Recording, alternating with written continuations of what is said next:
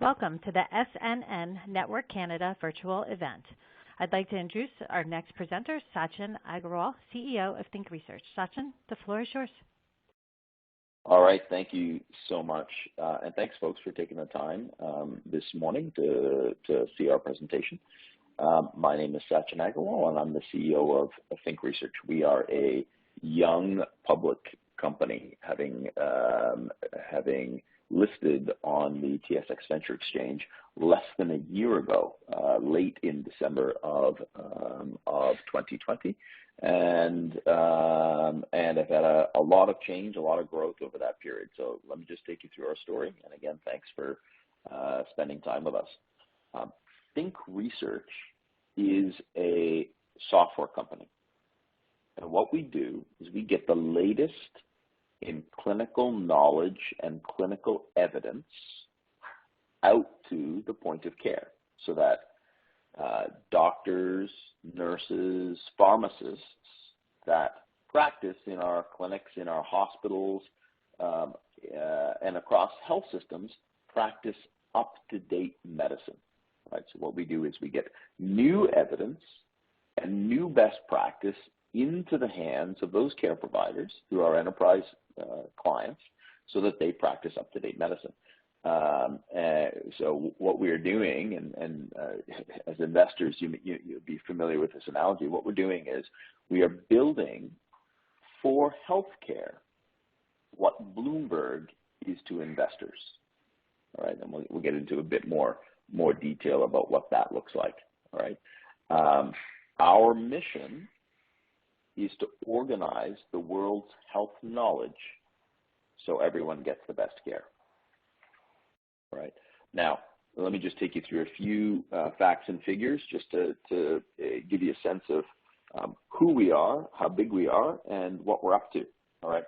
On a run rate basis today, pro forma basis, our revenue is about 82 million Canadian dollars. This includes recent acquisitions. Okay. Very importantly, the vast majority of that revenue is technology driven. All right. That's either software driven or relating to our clinical trials business. So it's greater than 80% that is technology driven of that 82 million. You will note, if you look at our market cap right now, that we are trading at below our revenues. So we're trading at below a 1x of our technology revenue. So there's significant opportunity here for multiple expansion. We'll get into that as we move further into the presentation. Good gross margins. We're in the high mid 40s in gross margins, and opportunity to growth there, and good organic growth. We're safely 15-16% with an opportunity to increase that further into the 20% plus range. Importantly, we're not just a Canadian story. We have while the majority of our revenue is from Canada, we have an increasing portion of our revenue that is stateside. We have clients in Ireland, the UK, the Middle East, and in Australia. So we are deployed in 8 countries, and we speak to an audience. So remember, I said at the start, we organize knowledge and evidence for clinicians. Today, our audience is more than 300,000 clinicians across our enterprise clients, which are now more than 10,000 enterprise clients that deploy us. Right now, just to take you back to who I am, you just got me today. I'm the CEO. My background, I'm a science guy. I studied biochemistry, practiced, then I went to law school and did both my law and my MBA degree here at the University of Toronto in downtown Toronto, and practiced corporate commercial law for a number of years at a Bay Street law firm, Torys. Did a mixture of securities law and mergers and acquisitions. After that, worked in Canadian federal government. I held a number of different roles, but the most senior of which I was on the political side, I was the deputy chief of staff for the leader of the opposition. This is some 10, 11 years ago when the Liberals were in opposition. I did that for a while and then returned to Toronto, and I joined Think Research when it was just a startup company. So it was about 5 people at the time, and I'm one of a small number of founders. And fast forward to today, we are more than 500 people today. It's been an exciting ride. Myself and our management team still hold a meaningful percentage of the cap table. And I think that's important, particularly for this crowd. As a young public company, you can expect a lot of, we value the ownership of our insiders, and we continue to promote that kind of ownership in the company.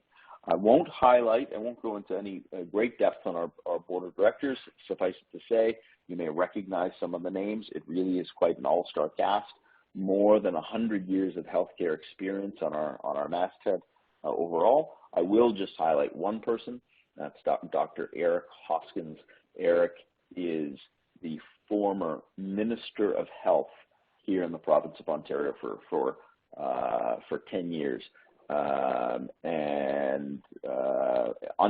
When he was the minister and we were just a startup company, we grew quite significantly with him at the helm. He drove a lot of standardization in medicine, a lot of evidence-based approaches to medicine, and so now in his post-political career, he joined our board and very recently became the chair of our board.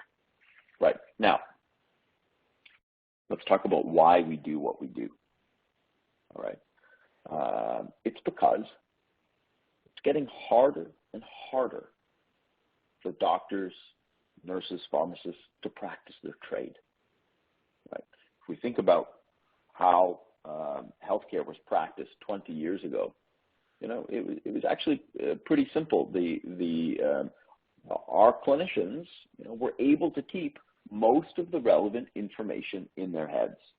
The number of new evidence-based publications on a daily, weekly, monthly basis was something that could be consumed and could be digested by those care providers. Right? Fact of the matter is that's simply just not the case anymore. Right? The pace of growth of medical knowledge is beyond that which our clinicians can keep up with. The evidence shows that it can take as long as 17 years today for a new best practice to become common practice at the front lines of care. Right?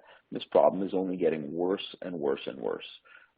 And for you and me, for patients, not only here in Canada but around the world, this is becoming pretty obvious. 20 years ago, we all believed our doctors had all the information, all the necessary knowledge. Today, I think it's pretty clear to us that the emperor has no clothes. Right? Where our health systems, our doctors and our nurses and our hospitals, our governments were not able to keep on top of the one single condition that was at the top of the news every single day, like COVID. Well, how do we think we're doing? How do we think that they're doing with respect to the many thousands of other conditions? And the answer is that they're not.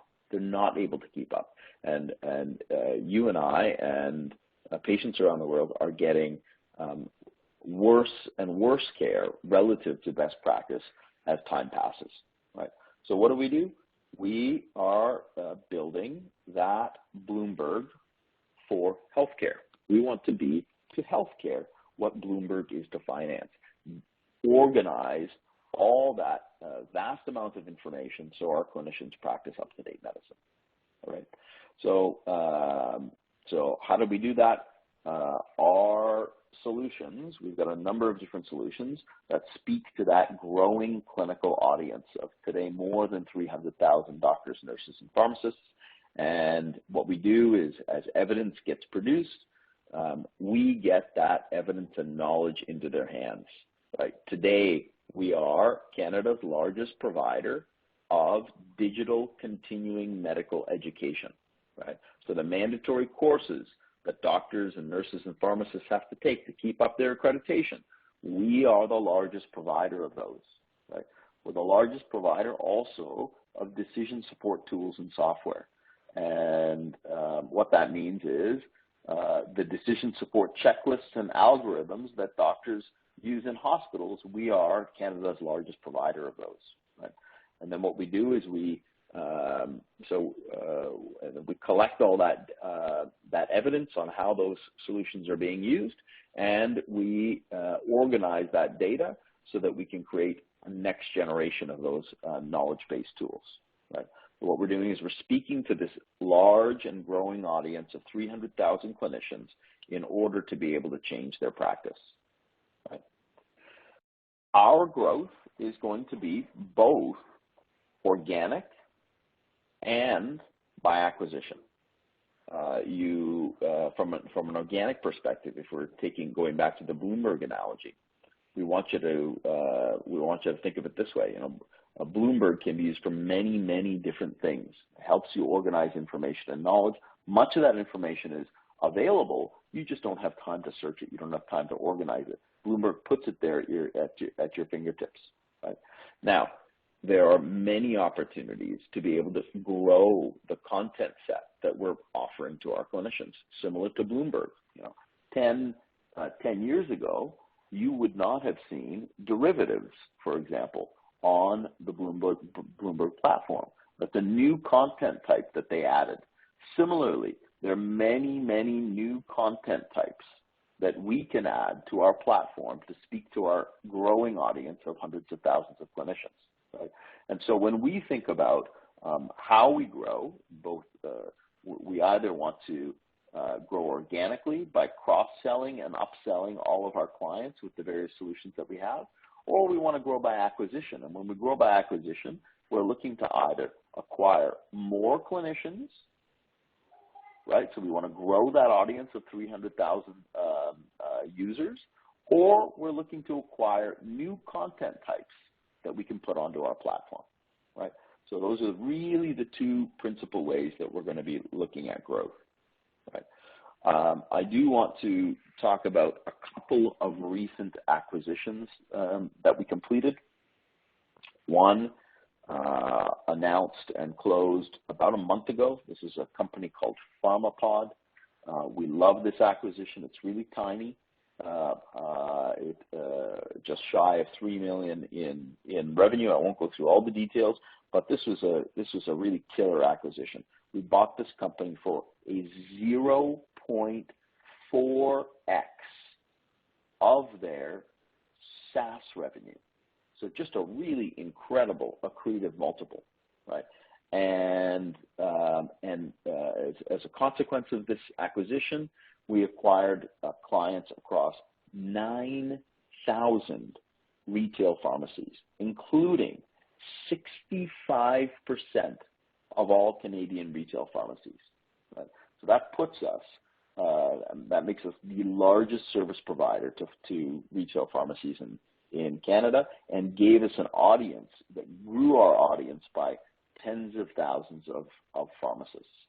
So super excited about this particular acquisition, and it did exactly what I said earlier. Gave us opportunities, grew our audience, and gave us opportunities to cross-sell into this particular growing audience. Another acquisition I'll just talk about very briefly. This is a large one. This is our acquisition of BioPharma Services. This one was completed in September. BioPharma is a provider of clinical trials.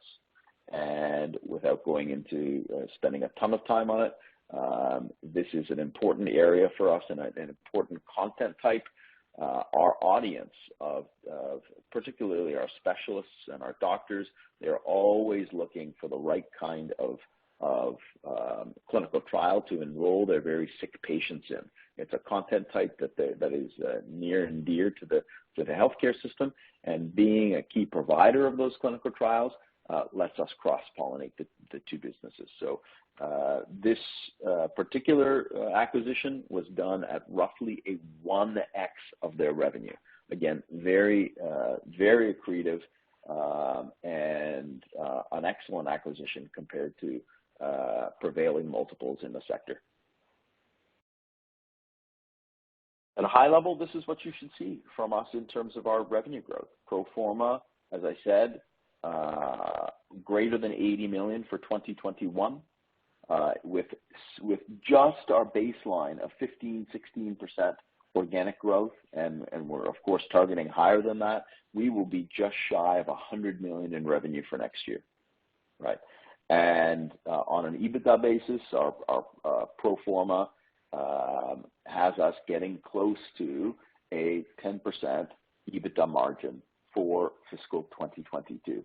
So just having made some real serious strides within fiscal 2021, we're now poised to shift into EBITDA positive over fiscal 2022. Puts us in a very strong financial position, and will be quite transformative for the company. And we hope and expect that is going to drive multiple expansion, because right now we're trading, of course, much lower than our peers. You will see from our stock chart, we went public at $4.65 today, and I haven't looked at our most recent share price, but we're trading around $1.20, maybe $1.15. So really significant decline in our share price, despite the fact that we went from a trailing revenue of approximately 16-17 million to a run rate today of greater than 80 million. So our stock price is down quite significantly. We're down by 70-75%. And we think that relates to really three things. Number one is we are being lumped in with telehealth providers, and as the telehealth market sees some reduction in their multiples, we're being lumped in with them, even though we are not telehealth. We're enterprise software as a service, and so we're seeing some effects from the decline in multiples in that particular market. Number two is we had lockups from shareholders from our go public transaction that came off in June, and you'll see a material decline in our share price over that period. So that had a negative impact on us as additional shares came loose. Number three, of course, as a consequence of the first two, we're now the subject of tax loss selling. As folks try to balance their gains against losses, and so you're seeing material decline in the October, November, December timeframe as a consequence of that. And so we're at a really historic low in terms of our share price. And again, as I say, even this slide here that I'm showing you at 1.2x, this is a few weeks old. We're trading below a 1x today. So really far below our peers. So there's, for investors that get in today, I think you should expect two things. One is good, strong organic growth, growth through accretive acquisitions, right? Those that are done at below our current multiple. And number three is multiple expansion. I think all of those are things that we expect as we head into fiscal 2022. Now, maybe let me just bring you right back to the start of the presentation before I open it up to questions, right? We are in the knowledge-based part of healthcare.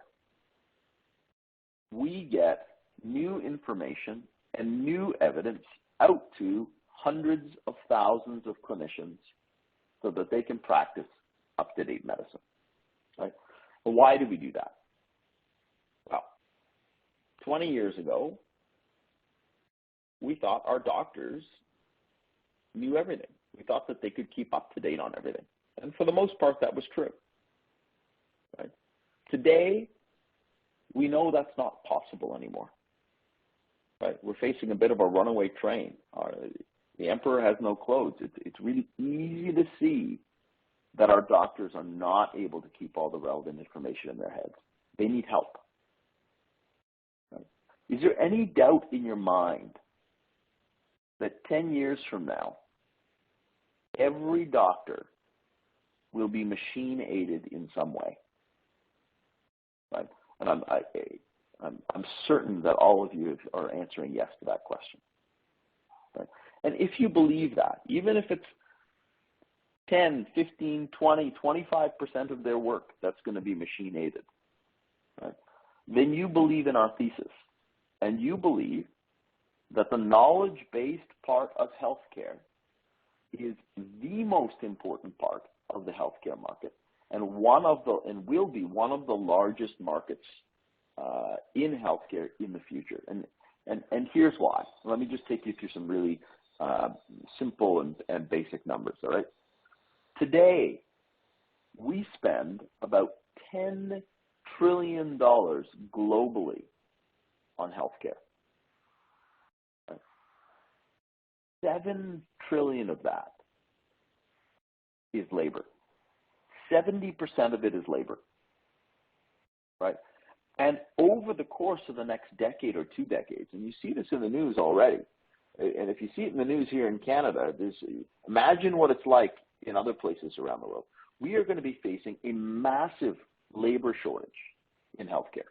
Not enough nurses, not enough doctors to meet the growing global demand for healthcare. Right? There's going to be serious pressure on that $7 trillion number, and there's just not enough labor to meet the demand for growth. Right? So what do knowledge-based solutions do? Right? It really does 2 things. Number one, knowledge-based solutions act as a way to drive efficiency in labor, right? So if you can get a nurse to do something that a doctor used to do, or a patient to do something that the healthcare system used to do, and that's what knowledge-based solutions do, right? They help to drive efficiencies in labor. So you're actually reducing the expense of labor that's needed to take care of patients. And number 2, knowledge-based solutions act as a labor takeout. Right? If you can get the machine to read the MRI instead of the human, right, or to supplement the human to make it go faster, right, you're acting as a labor takeout. You're attacking that $7 trillion number. Right? So we believe that the name of the game in healthcare over the next decade or 2 is all going to be about knowledge-based solutions and getting content into the hands of our clinicians so they can perform more efficiently and at lower costs, right? Because we think that is the single most important imperative in healthcare, and that fundamentally is what we're trying to build, right? Now, we think this is a massive market. Ultimately, what is going to be a greater than $1 trillion market for knowledge-based solutions. Think Research, we believe, is uniquely positioned here. We've got great, strong, either recurring, so long-term contracts with governments and other enterprise providers, or reoccurring revenue. Greater than 80% of our revenue is in those categories, right, with good gross margins. Right? We're not just a Canadian story, and we are trading at a significant discount to our peers. So we think there's serious opportunity here for those that are getting into a young story that's a stable, growing story with long-term clients. We think it's a great opportunity for investors, particularly at this juncture. So with that, thank you so much for taking the time. I very much appreciate it. And I will open it up for Q&A.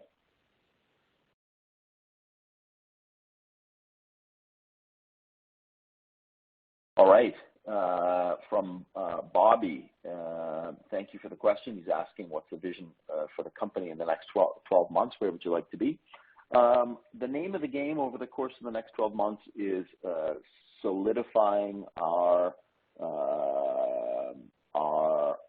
audience and growing it. We'd like to see that our audience of clinicians grows from 300,000 into the 400,000 to 500,000 range. So we're looking at as much as a 30 to 50% growth on our clinical audience.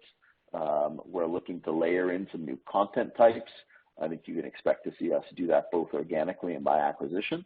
But most importantly, frankly, Bobby, the thing that matters to us the most is going to be our cost of capital. right? We don't want to be doing acquisitions that are not accretive and that are dilutive to our shareholder base.